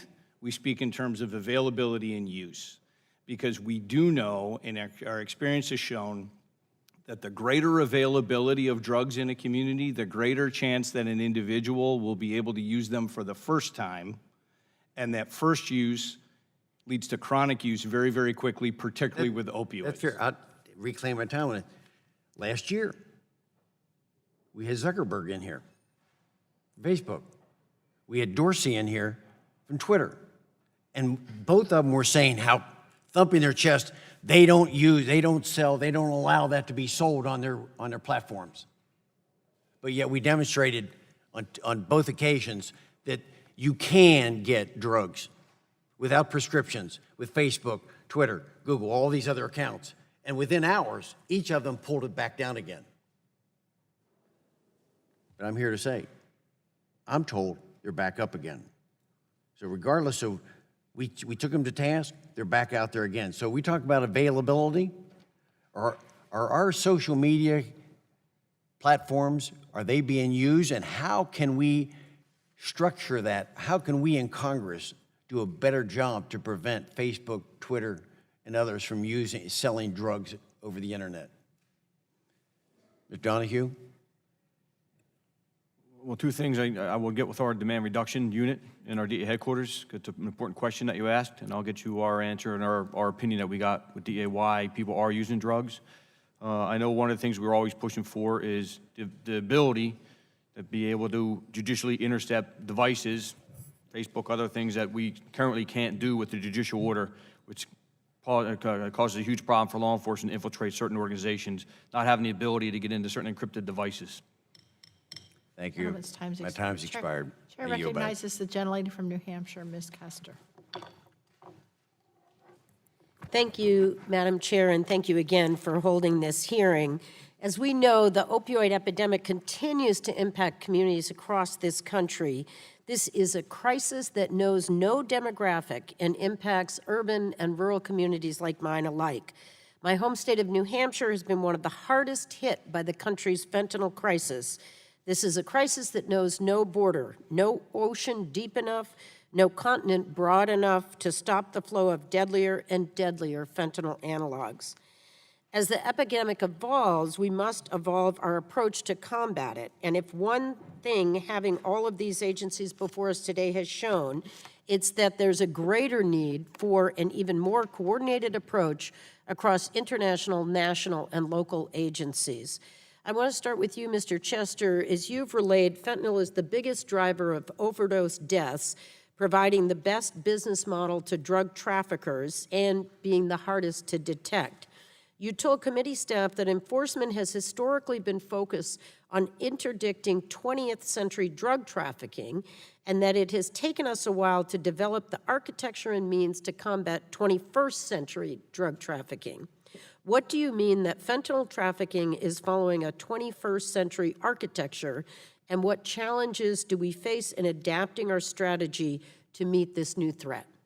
Thank you for the question, ma'am. And I do want to be clear about one thing. We still have a 20th century drug trafficking problem in the United States, and that's principally heroin. And New Hampshire is one of our state partners that we hear from every single month, and we've seen how heroin has tapered off in New Hampshire, while synthetic opioids like fentanyl and fentanyl analogs have continued to rise. 20th century drug trafficking, plant-based drugs that are packaged, moved across the borders through a hierarchical drug trafficking organization, and that ends in a face-to-face cash transaction somewhere.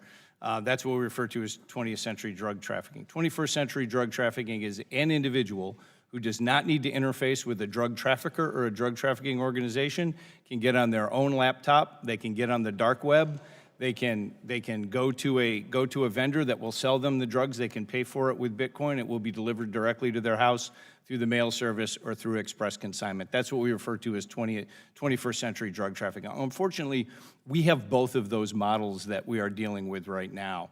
And I will tell you that our law enforcement community and our State Department and our other partners have done a remarkable job in being able to take on the 21st century drug trafficking. At the same time, we are still dealing with the traditional model that we've dealt with for 30 plus years of drug policy. So, thank you. Mr. Prince, fentanyl poses unique challenges compared to other drugs. Cheap to make, clandestinely produced in labs, easily transportable, and as we know, hard to detect. Traffickers are increasingly mixing the drug into other narcotics as well as counterfeit prescription drugs. I ask you, what is HSI doing to tackle the fentanyl epidemic that's uniquely different from its efforts to combating heroin, cocaine, and other narcotics? Thank you for the question, ma'am. As my colleague had illustrated the 20th century versus 21st century drug problem, I call it analog versus digital. Our analog methodologies haven't changed in 35 years: surveillance, informant management, cultivation, development, cooperating defendants, execution of search and arrest warrants. Those are all our analog tools that we use that are always going to be relevant. They'll be relevant 100 years from now.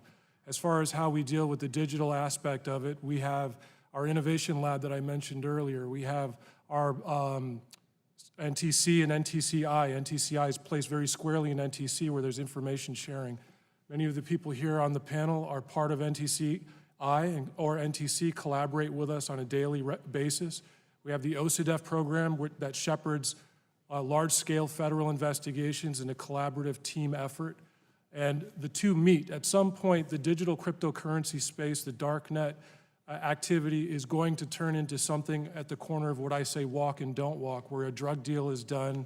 And that's where our ability to deal with the digital space, while at the same time dealing with the analog space, is going to bear fruit. In my oral testimony, I mentioned just a few cases that developed into some significant opioid and fentanyl seizures. That's a collaboration of the digital space mingling with the analog space and providing arrests, seizures, and significant results. Many of those investigations are ongoing.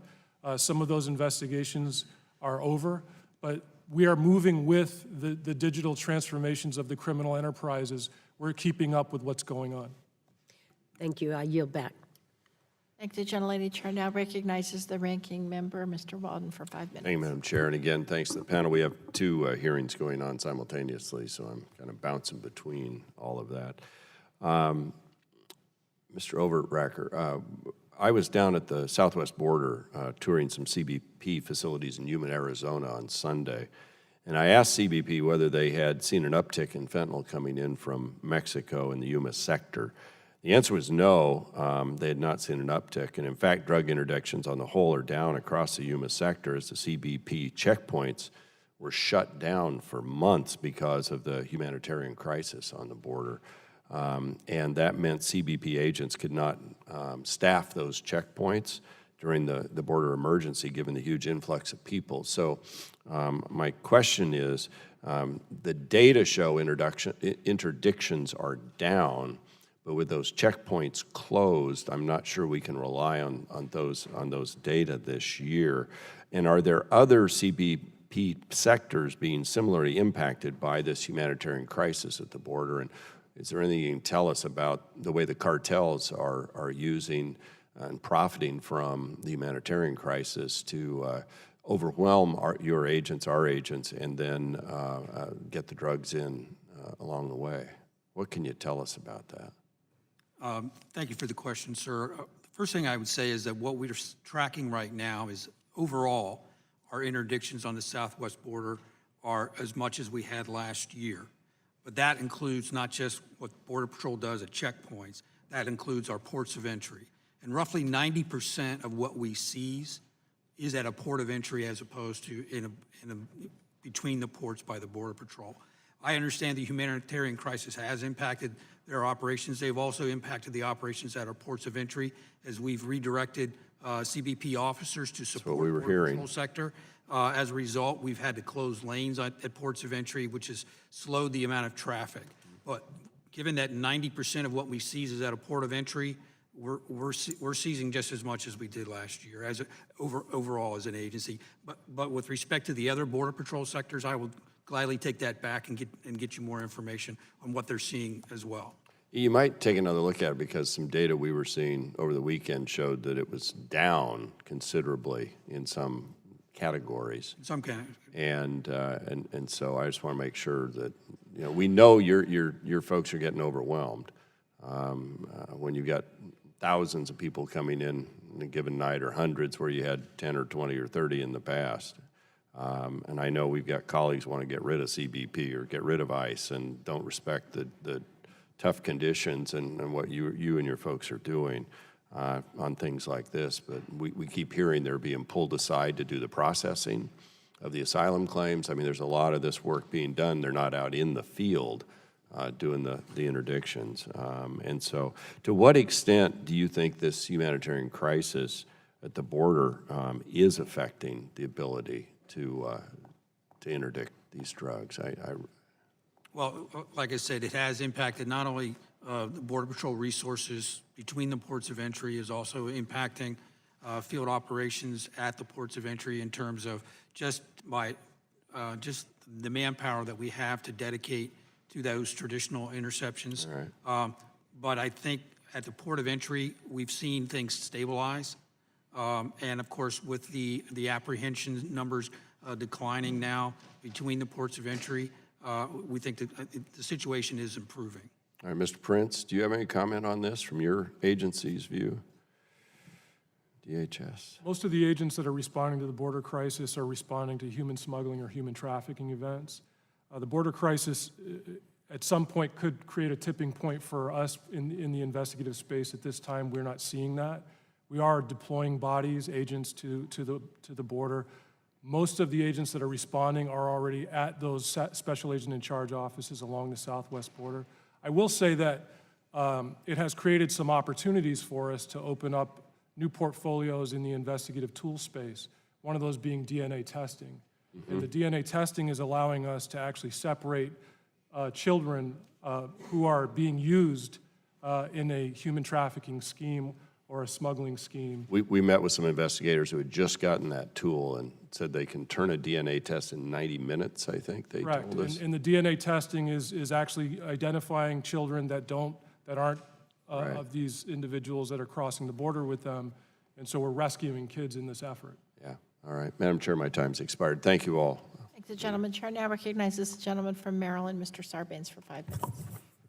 Thank you, Madam Chair. Thanks to the panel for being here.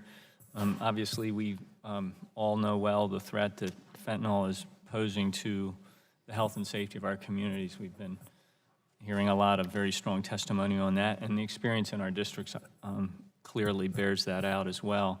And it has to be a very coordinated role, which you're trying to project here today. I appreciate that. I did, Mr. Chester, want to focus a little bit more on the role of ONDCP, because it asserts this coordinating function among all the various agencies that we need leaning in to address this crisis and this threat in terms of how our federal agencies are responding. So tell me a little bit, to try to illustrate the coordinating role, what would be happening if your agency did not exist in terms of being able to pull the resources together across these agencies? Well, the first thing, Congressman, I think there would be a lack of focus and a lack of direction in advancing the administration's drug control priorities. And that's one of the more important functions that ONDCP does, is to document our priorities and lay out the lines of effort that we're gonna operate on. I think that's the first thing. I think the second thing is that the day-to-day activity of ensuring that when departments and agencies are doing things in the drug control space, they're doing it for a higher purpose, and they're doing it to get complementary effects from other departments and agencies that are working in the same space. This happens all the time in government, right? You've got 3 or 4 departments and agencies that are redundant. They're doing the same thing. They don't know that the other ones are operating there and that they're doing that. The third thing is when it comes to the interface between what we're doing on the national security and law enforcement side of the house and what we're doing in the public health space. And we've said from the very beginning that we can be as productive on the front end of the supply chain of drugs coming in the country as we want to, but our true effectiveness has to be measured in the public health space. And you can increase seizures and increase arrests and increase removals in the transit zone and do all of that, but if Americans continue to die from these drugs, then you're not being truly effective.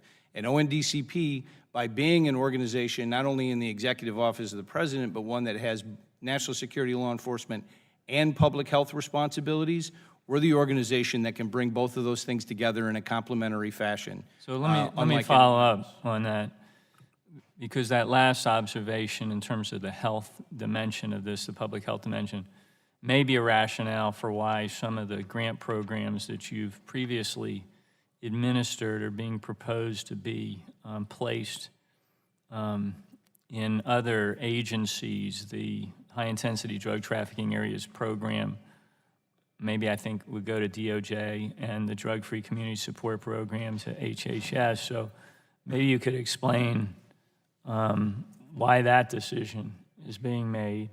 And then in terms of you're emphasizing, excuse me, the role that the importance, the priority that the administration gives to this fight and the coordinating sort of traffic cop role that your agency can play in that.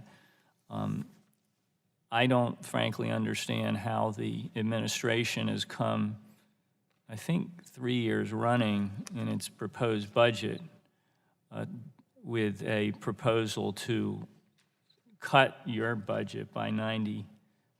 Now, we've restored in our appropriations, we've recognized the value that your agency plays, and I think we even plussed it up over prior years because we want you to play that role. But you need to help me reconcile what you just said, which I agree with, which is this should be a priority, and it should reflect the administration's emphasis here on coordinating the efforts of all these agencies. On the one hand, reconcile that with the fact that the president's budget keeps coming with a 90% proposed cut. On the other hand, which doesn't send, I wouldn't think, the right message in terms of the role you want to play with respect to all of these agencies in terms of coordination. So I won't ask any more questions because I'm out of time, but if you could answer that, I'd appreciate it. Thank you, guys. The discussion about those 2 particular grant programs has been going on for many, many years. And the Congress decided where those programs would be originally placed at their inception, and the Congress will decide where they go. I will tell you that both the HIDA and the DFC program are critical to not only the coordination that we do across the federal government, we'll talk about the HIDA program for a second, but the integration of federal, state, local, and tribal together is incredibly important. And to ensure that that function is rolled into the broader efforts that ONDCP does is working very, very well. When we talk about preventing drug use before it starts, I would struggle to find a program more successful than the Drug-Free Communities program in doing just that. And so the placement of the HIDA program and the DFCs together is a great example of what I talked about in bringing our national security, law enforcement, and our public health programs together in one place, and ONDCP is glad to have those programs. Thank you, Mr. Chester. Chair now recognizes the gentleman from Virginia, Mr. Griffith, for 5 minutes. Thank you very much, Madam Chair, and appreciate you calling this hearing. I know how important this subject and other drug issues are to you, and I do appreciate it. Let me quickly say in response to the previous questioning that I fully support the high-intensity drug trafficking area program, and it's been very helpful in my district. Mr. Chester, in May of 2017, the Drug Enforcement Administration recovered 50 kilos of NPP. Now, I'm going to botch this up, but that's N-fentanyl. phenethyl 4-piperidinone, if I got close. But MPP is what we'll call it, a fentanyl precursor chemical that could yield about 19 million fentanyl tablets with a street value of more than 570 million. The MPP was found in a storage locker in Northborough, Massachusetts. This recovery of MPP was one of the DEA's largest seizures of a fentanyl precursor chemical in U.S. history. It had been believed prior to that fentanyl synthesis using precursor chemicals is conducted at clandestine labs in China or in Mexico, but this appears to call that into question. Prior to May 2017, do you recall any previous fentanyl precursor seizures of this size indicating possible synthesis occurring here in the U.S.? Yes or no? I do not recall a seizure of that size prior to that event, no, sir. And given the size of the seizure, that it was a fentanyl precursor chemical and would presumably support a nearby fentanyl synthesis lab in the United States, would this case be important enough to the Office of National Drug Control Policy, ONDCP, on fentanyl issues to be notified about it and briefed about it? Yes or no? Yes, it would be, but when I get the chance, I'd like to talk about its NPP's relationship with fentanyl synthesis, but please finish your questions. Let me keep moving. Did the DEA report or brief you? Did they either report to you or brief you or someone else at the Office of ONDCP about this situation? I don't remember a specific briefing, but we get continual reports from the DEA on drug events. But you don't remember getting one on this one? This one is not particularly memorable to me, no, sir. Even though it would have been a very large size. I mean, this is what it looks like, and it's just one of the precursors.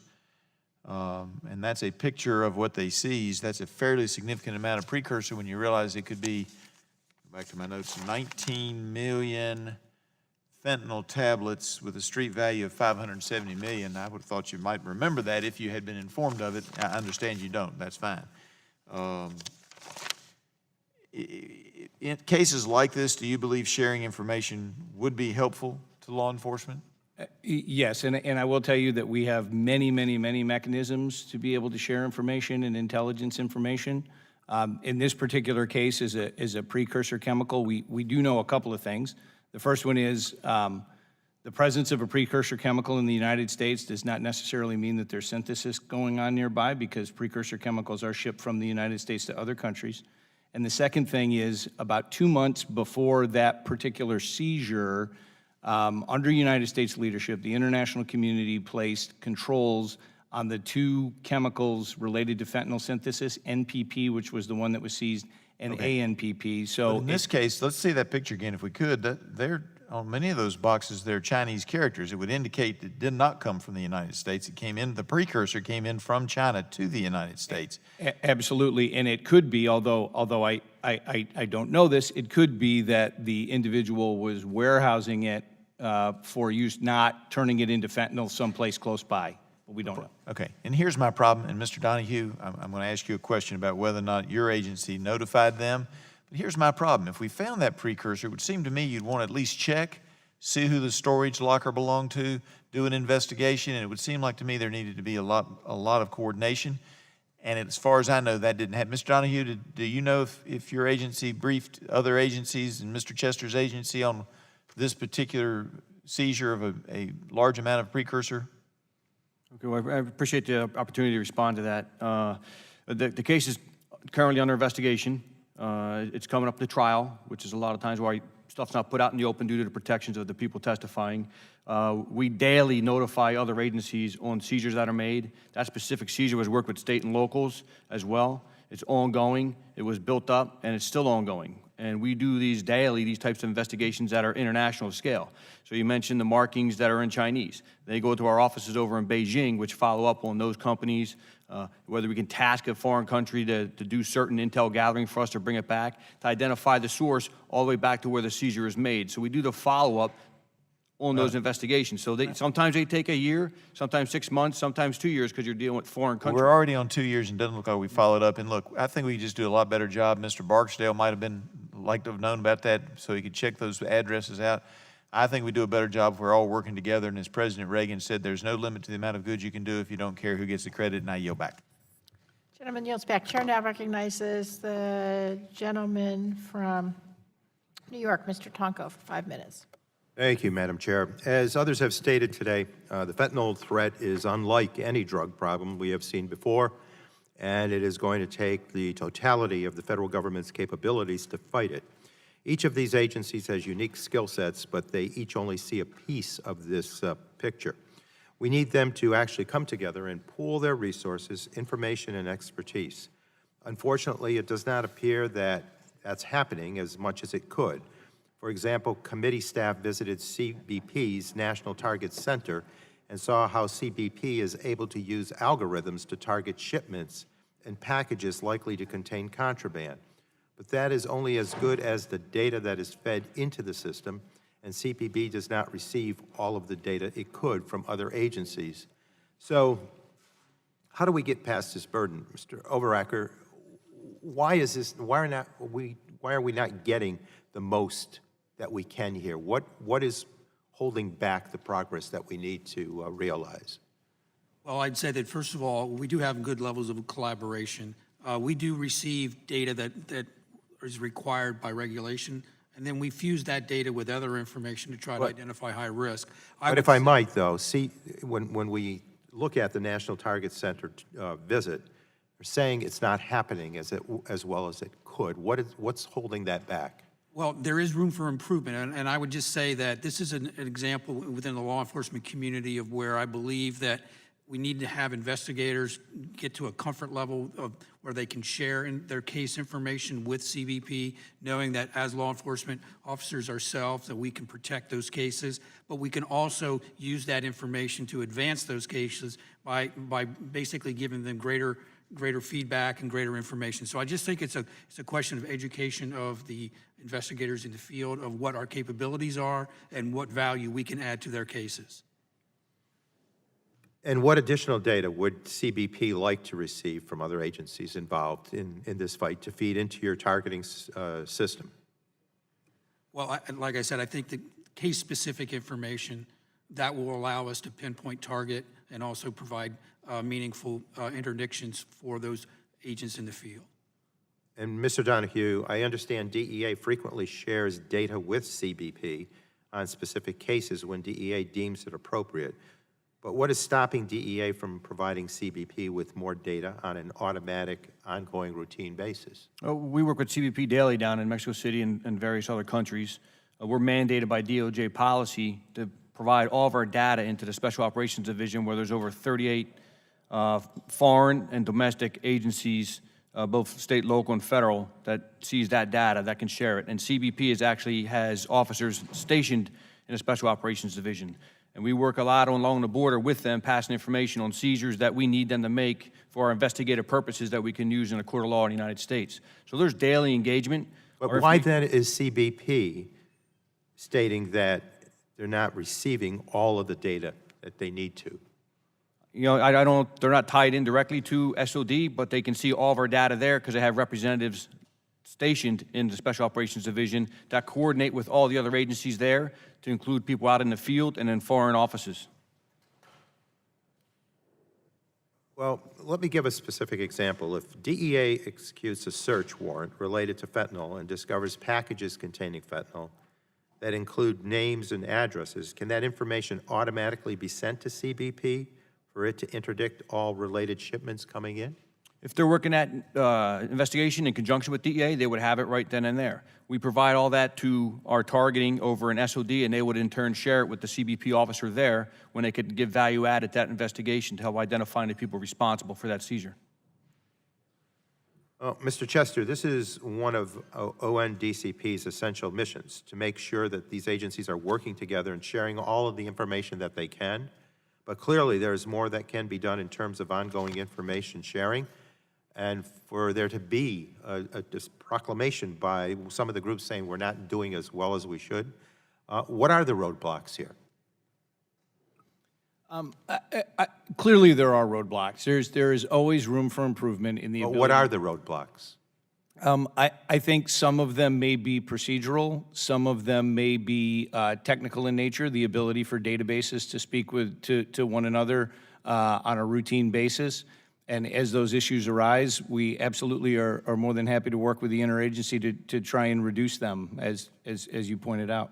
But why can't we link up more of these data systems so that the agencies can help one another?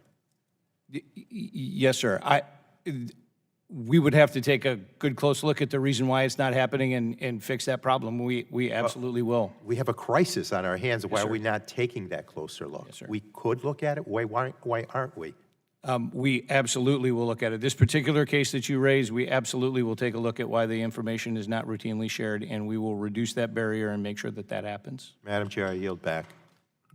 Chair now recognizes the gentlelady from Indiana, Ms. Brooks, for 5 minutes. Thank you, Madam Chairwoman, for holding this incredibly important hearing. I'm really pleased that we're focusing in large part on law enforcement issues. I'm a former U.S. attorney from 01 to 07, and so worked with all of your agencies, was there when Homeland Security was stood up, and so just want to thank you all very, very much for your work. I think what the frustration is we're trying to determine if there are any legal barriers, legal authorities, or anything that is keeping the agencies from sharing at the level that we all think you should be sharing at. And so my question is to any of you and your counsels who might be here, are there any legal barriers that exist in law that are keeping you from sharing information? Discovery issues, is there anything? I'll start, Mr. Don, anything you know of?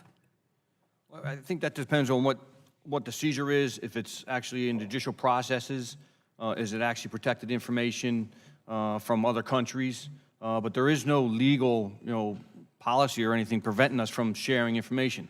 I can tell you what we've done in Mexico City in our offices. We have HSI agents and FBI agents sitting right in the office with DEA for that deconfliction purpose and for the immediate sharing of information.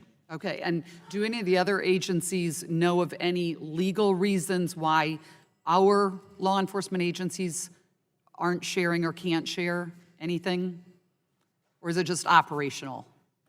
I'm not aware of any Okay. legal restriction. Okay. And I think our default position always should be, we have an obligation to share. Okay, and I assume, is that anything different? Again, yeah, I'm not aware of any legal Okay. prohibitions, but I think that, the size of some of these agencies, these are large enterprises that we're talking about, but a lot of these gaps are closed through deconfliction houses, case coordination such as OCDEF, HIDA, a lot of these things I'm sure you're very much aware of, and I think it's not, these aren't insurmountable issues. These are issues that we collaborate on daily. Right. With respect to the international space. It's Okay, also- just wanted to make sure there were no legal impediments, because actually Mr. Donohue's talked about a legal impediment, which I've been very concerned about for a long time, and it's the encrypted phones, which we have not resolved, have we, Mr. Donohue? No, we've been pending that issue for years now. Okay, and could you very succinctly remind us all what that is? So it's a law that's going to enable us to judicially intercept a device that's signed by a judge on a target that we can demonstrate is violating U.S. law. But then the encryption is what's keeping you from getting to the information in the phone, is that correct? Correct. Certain companies don't cooperate, aren't obligated to cooperate to give us the technology to intercept the encryption. Okay, I want to talk about some of the technology challenges, and Mr. Prince, you talked about the dark web, and can you please share with us what, how it is that it's more of a law enforcement challenge than, other issues that we've seen, and whether the issues with cryptocurrency, and I just read that Facebook is now contemplating a currency. Can you please talk with us about any successes or challenges you're having on the dark web? The successes are I mentioned in my oral testimony. The challenges are obviously with respect to cryptocurrency, and that when we're looking at transactions that are occurring in the darknet, and the darknet is largely where nefarious activities are occurring and transactions are happening, we don't necessarily know what these purchases and sales are unless or until we arrest an individual who is engaged in this criminal activity and perhaps commandeer their account, in which case we can see their entire wallet and what those transactions translate to. If we're looking at it from the outside in, what we see is transactions that are occurring. We can presume that those transactions are in fact criminal in nature because we're in the darknet space, but we don't know what they're selling, what they're buying. And so those are some challenges, but we overcome those challenges through a variety of different techniques that I can't really get into here. Right. But certainly, we do make an impact, and we are making inroads in that space. I'd like to follow up on that further. But one thing that I know CBP mentioned, but I'd also like to ask you, Mr. Barksdale, can we talk a little bit in my time that I have left about the Narcan availability for, I know it's at key facilities. Obviously, when we're dealing with fentanyl, all the law enforcement, everyone who touches it, it's of significant concern because it could kill. What percentage of postal, and I'm curious, and I think we'll have to do this in written form to all the agencies, what percentage of your officers have access to Narcan? Well, first, as far as postal inspectors, every postal inspector has access to Narcan. Okay, good. All of our drug teams has access to Narcans. On the operational side, all of our key facilities does have Narcan distributed to them, and that would include all of our processing and distribution centers and other large facilities.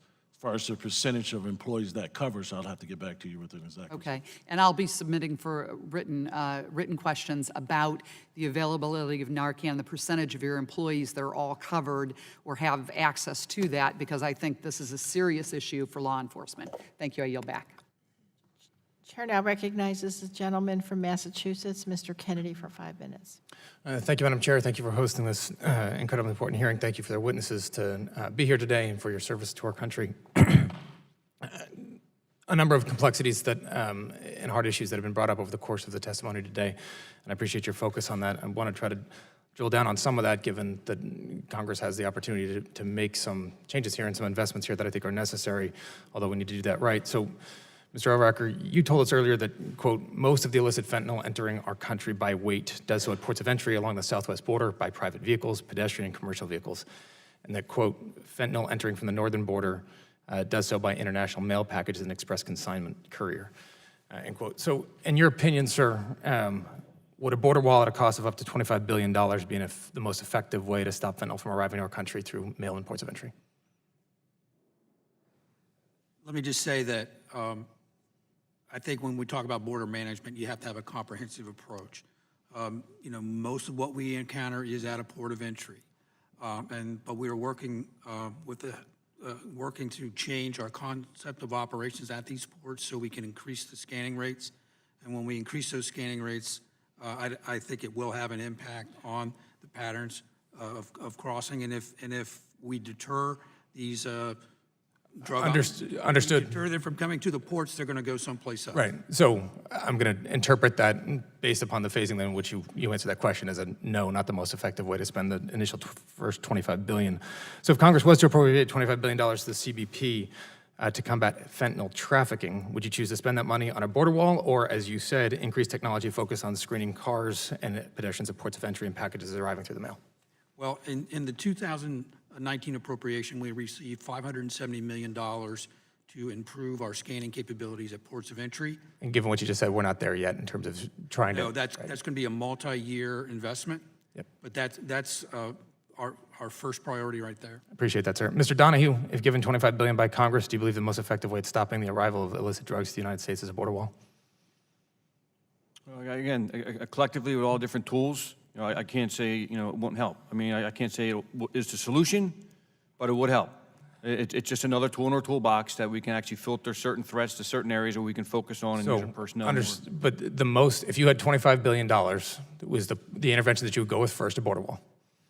It would just be part of our comprehensive plan on how we approach the issue. And sir, you touched on the importance of treatment and recovery options here in the United States as a way to reduce demand.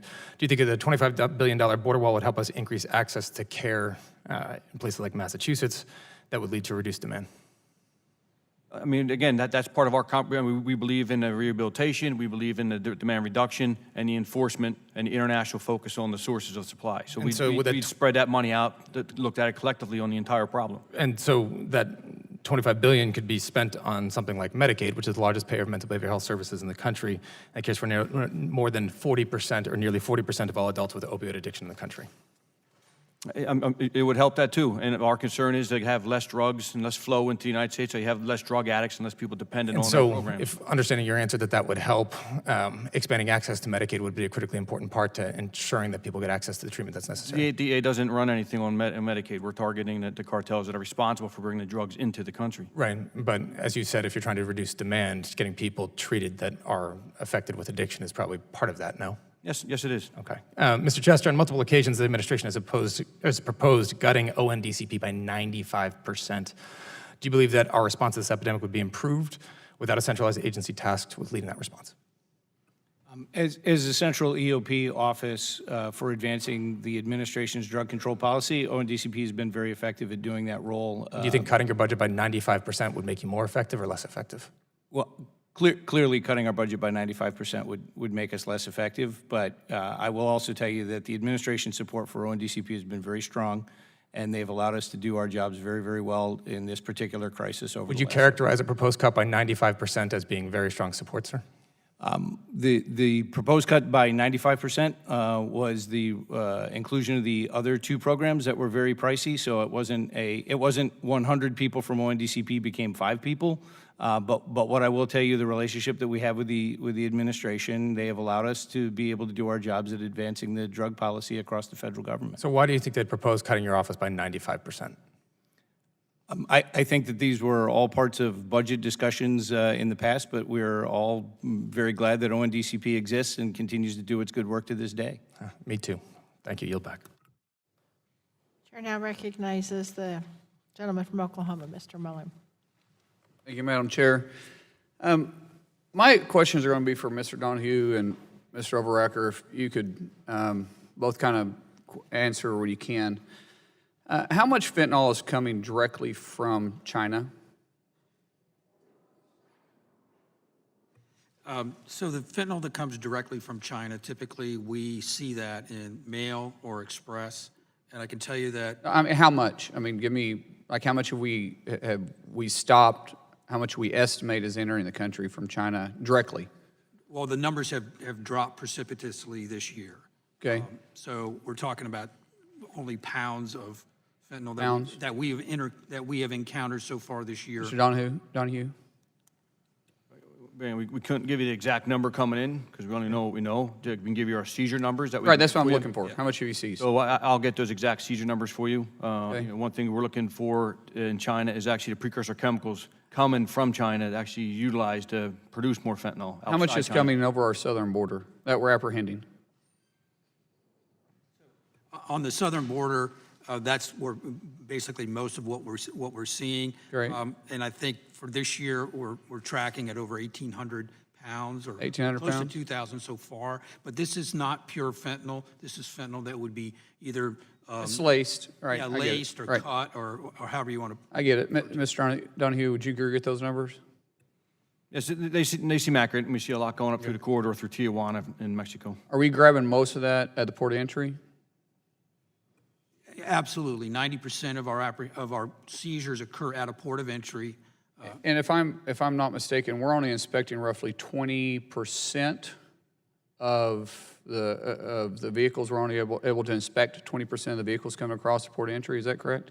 Well, currently our scanning rates for privately owned vehicles coming across the southern border are around 2%, and it's roughly 16% for commercial vehicles. And that's really a function of the volume of what's crossing. We have. Well, the point I'm trying to get to is my colleague that was before me was bringing up the $25 billion for the southern border for building the wall. And underneath the president's proposal, he also designated a significant amount of money for the port of entry to scan 100% of the vehicles as they was driving through. Because right now we're only expecting roughly 20%, and we're already catching the largest amount but through port of entry.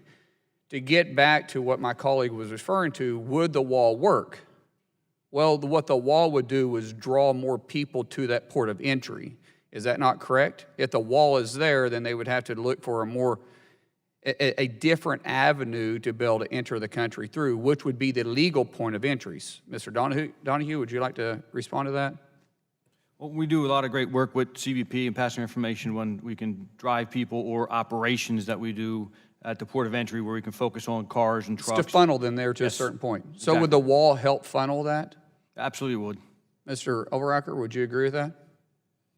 I would say that the port of entry is a controlled place. And Control, where the open border isn't, and correct? so because it's a controlled place, and we have better opportunities to interdict. Okay. So my point that I'm trying to drive home here is there's not just one thing that's going to solve this problem, but the amount that we can keep from flowing over our southern border, which is where the majority of the drugs are coming from. If we can get a better control on that and designate dollars specifically for those and make our southern border a harder target rather than right now being an easy target, because as we all know, easy target is an opportunity for success, and a harder target most criminals aren't going to attack. If we're able to make it a hard target, would that help us with combating the overdoses that are taking place and the addiction issues that are taking place here inside the United States? We look at all tools because even though we're speaking about fentanyl today, we're concerned with the enormous amount of methamphetamine that's being produced that's coming up, the enormous amount of cocaine and the heroin as well, which are bulky to bring in, that they need big trucks to do it. So we're looking at every tool possible to identify and disrupt and seize those drugs that are coming in. With the amount of human trafficking that's going on in our southern border right now, the overflow that's taking place, is it distracting your mission from being able to look directly to drug trafficking, or you have to spend resources to the human trafficking side of it too? Mr. Overacker, you want to? Well, there's no question that the current conditions on the southwest border have caused us to have to shift our personnel, and so it does have some impact. There's no question about that. See, what I'm thinking is that the cartels are purposely flooding our southern border so that the drug routes can be easily accessed, because they know that we're having to put resources to the human trafficking crisis that's taking place and the humanitarian crisis that's taking place. So the wall, to which my colleague brought up, is to help all the above picture, not just one single issue. With that, I'll yield back. Gentleman yields back. Chair now recognizes Mr. Duncan for 5 minutes. Thank you, Madam Chairwoman, and thanks for holding this hearing. I sat here a long time listening because I'm concerned about the 28,000 deaths in the United States from synthetic opioids like fentanyl. And my colleague made a great point just now that cartel are going to exploit weaknesses or crisis to get their product across. I think they are. I think walls do work. I think they create corridors that our law enforcement can better utilize the resources we give them within those corridors to stop the bad guys from wanting to bring these horrendous drugs into our cities and killing our fellow Americans. Having sat here sat here for several hours listening to all the other questions, one of the benefits or challenges being last is all the groovy questions have been asked. Y'all have been great to answer those questions. I want to give you a chance to tell us what more we can do in Congress. We passed the Support Act last year, the Support for Patients and Communities Act. I want to see the implementation of that, but what I would like to do is just ask Mr. Overacker first, what can we do in Congress to help keep our law enforcement officers best positioned to continue infiltrating the supply chain? What more can we do? Well, thank you for that, Congressman. First of all, I'd just like to say that we're very fortunate that Congress has supported us most generously over the last 2 budgets with respect to our detection capabilities. And so we're grateful for that. We know we have a multi-year effort to improve our scanning capabilities on the southwest border, but also throughout CBP. We're also grateful for the continued support we've received with respect to improving our laboratory capabilities and also appropriations for improving our facilities. That's an important part, particularly what we're doing now to improve the international mail facilities where we process mail with U.S. Postal Service. So that continued support is most helpful for us. And so that's what I would say. Just thank you for the support we've received so far. Let me ask Mr. Donahue, from the DEA standpoint, what can we do to help you disrupt the distribution process of opioids, and what more can we do? I think having hearings and meetings like this and keeping it to the forefront is really important, and inviting DEA to these meetings. We bring something specific to the table where you have an extraordinary amount of resources in our overseas offices, which where the drugs come from, the cocaine, the methamphetamine, the heroin, the fentanyl. It all comes from international and other countries. So bringing this to the forefront, I think, is really important for DEA and letting our message get out there. And I think having the youth and other people seeing the damage of the drugs that are coming in from a foreign country, just to damage our cultures and our communities, is really important, not to do it every 6 months, but to do it daily. I've got my best friend from college is a doctor, and we talked about fentanyl just this week. And we were talking about the smuggling efforts. And as you guys become more and more effective, my concern is the very potent fentanyl could be put into food supplies as part of the smuggling effort in containers and contaminate food supply that ultimately gets in. Not talking about drug users that are looking for that stronger high. I'm talking about fentanyl gets into an area where it contaminates food or liquids that ultimately end up in the digestive systems of just average Americans, and then we have a lot of other innocent deaths. I want to ask Mr. Prince with HSI, you know, as containers are being brought in, I know HSI is doing a great job overseas. Is that a reality that we should think about? Is fentanyl contaminating any other sort of food supply or liquids that are coming into this country? I think it's an abstract thought that I have that I'll share, but, you know, lack of imagination is something that we shouldn't have when it comes to fentanyl, in the same sense that, you know, you can think about 9/11 and how that happened. So we should have an imagination about the various ways that fentanyl can be introduced into the United States as we put pressure on organizations. We should be creative. We should continue to leverage tools that we have. We should continue to create new tools and expand our aperture within the cyberspace. And don't forget about our, as I mentioned earlier, our analog tool sets that allow us to also be effective. Madam Chairwoman, before I came to this committee, I was on Homeland Security Committee, and I was on the Border and Customs, Border Patrol, Border and Maritime Subcommittee. We went to the ports, and we looked at container security, and we looked at the screening for radioactive devices. We looked at what drug smugglers have done. But fentanyl being put on containers is going to be very difficult for these guys to detect. That's something we ought to consider in future hearings, and with that, I yield back. Yeah, the gentleman's right. Fentanyl's really difficult to detect, and that's one of the real dangers. I want to thank all of the witnesses for coming today. Your participation has been very informative and helpful. I do have a document that Ms. Schakowsky asked me to enter into the record. It's an article from the International Journal of Drug Policy, and I'd ask unanimous consent. So ordered. I can assure all of you and everyone in the audience, this committee does intend to stay on this issue. This has been a multi-year process, a bipartisan process, and we intend to continue to look quite closely at it because it is really a national crisis. And I want to thank all of our witnesses for recognizing it as such and for increasing your cooperation between your agencies. I also want to remind members that pursuant to committee rules, they have 10 business days to submit additional questions for the record to be answered by witnesses who have appeared before the subcommittee.